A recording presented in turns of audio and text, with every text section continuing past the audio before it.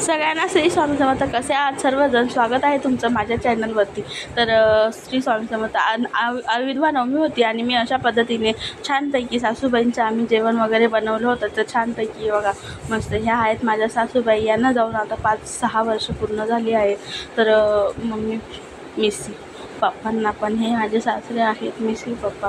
तर बघा विधवा नवमी छान अशी सेलिब्रेट केली. बघू शकता तुम्ही. व्यवस्थित सगळं करायचं असतं जसं आपण देवाचं कसं होतं पितरांचं सुद्धा करायचं असतं. तर अशा पद्धतीने मी सवाष्ण पण जेवण केलं होतं. तर बघा कसं वाटलं तुम्हाला माझी पूजा वगैरे आणि ते सगळं सांगा. आणि हे माझ्या छोट्या मुलीने केलं होतं त्याच्यामुळे बघा आता मी कामावर गेले आणि त्यांनी म्हटलं की सोनी तोंडाला चव नाही म्हणून काहीतरी चमचमीत बनव. म्हटलं चमचमीत कसं बनवायचं? तर ते बोलतात हेल्दी पण पाहिजे आणि ऑइली पण नाही पाहिजे. तर मग अशा पद्धतीने मी मस्त थोडंसं कढईमध्ये तेल घेतलं, त्याच्यात टाकले होते चणा डाळ, थोडीशी उडीद डाळ आणि मुगाची डाळ. आता ह्या तिघी डाळी छान तेलामध्ये थोड्याशा लालसर रोस्ट करून घेऊया. तोपर्यंत मी इकडं घेतला होता 1 वाटी उपमा.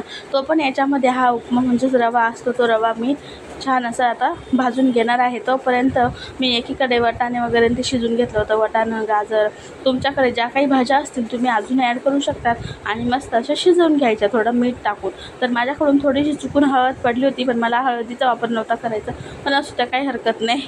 तर अशा पद्धतीने आता मी रवा भाजून घेते मस्तपैकी बारीक गॅसवर. जास्त आपल्याला रवा भाजायचा नाही, फक्त थोडासा कच्चा वास जाण्यासाठी फक्त तेवढं भाजायचं.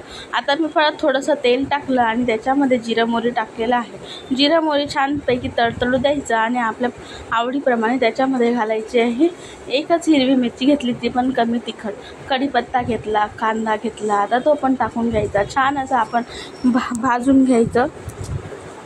भाजून घ्यायचं आणि मस्तपैकी असा आपल्याला हे कांदा वगैरे छान असा कलर चेंज होईपर्यंत चांगला परतून घ्यायचा.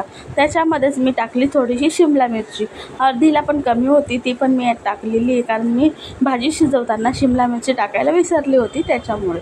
तर माझ्याकडे टोमॅटो अवेलेबलच नव्हता त्यांच्याकडे, म्हणून मग मी अशा पद्धतीने ज्या काही अवेलेबल भाज्या होत्या त्याच्यामध्येच हे केलं. बटाटासुद्धा मी टाकलेला होता. बघू शकता तुम्ही किती सुंदर असं आपल्याला हे दिसत आहे छान भाजल्यानंतर. तर बघा आता त्याच्यामध्ये जो मी काही रवा होता तो पण ॲड केलेला आहे आणि परत एकजीव केलेला आहे. तर आपल्याला रवा बनवताना कधी पण गरम पाण्याचाच वापर करायचा आहे जेणेकरून आपला रवा छानपैकी फुलतो आणि मस्त असा होतो सुद्धा. तर चवीप्रमाणे मीठ घालायला विसरू नका बरं का. तर बघा मस्त असं चवीप्रमाणे मीठ घालायचं. छान असा आपला उपमा शिजू द्यायचा. उपमा शिजायला फक्त पुरेपूर 10 मिनिटामध्ये तुमचा उपमा तयार होईल आणि खूपच सुंदर अशी आपली ही रेसिपीसुद्धा तयार झाली. कसा वाटला तुम्हाला माझा ही उपमा ही रेसिपी? आणि त्यांना पण खूप आवडला आणि तुम्हाला कसा वाटला ते सांगायला विसरू नका. तुम्ही व्हिडिओ पूर्ण बघितल्याबद्दल सगळ्यांचे खूप धन्यवाद. बघा मस्त असा खूप छान असा मी परत झाकण ठेवून घेतला, शिजवून घेतला.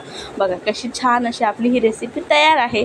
चला मग भेटूया नवीन व्हिडिओमध्ये. तोपर्यंत सगळ्यांना नमस्कार. श्री स्वामी समर्थ. चला बाय.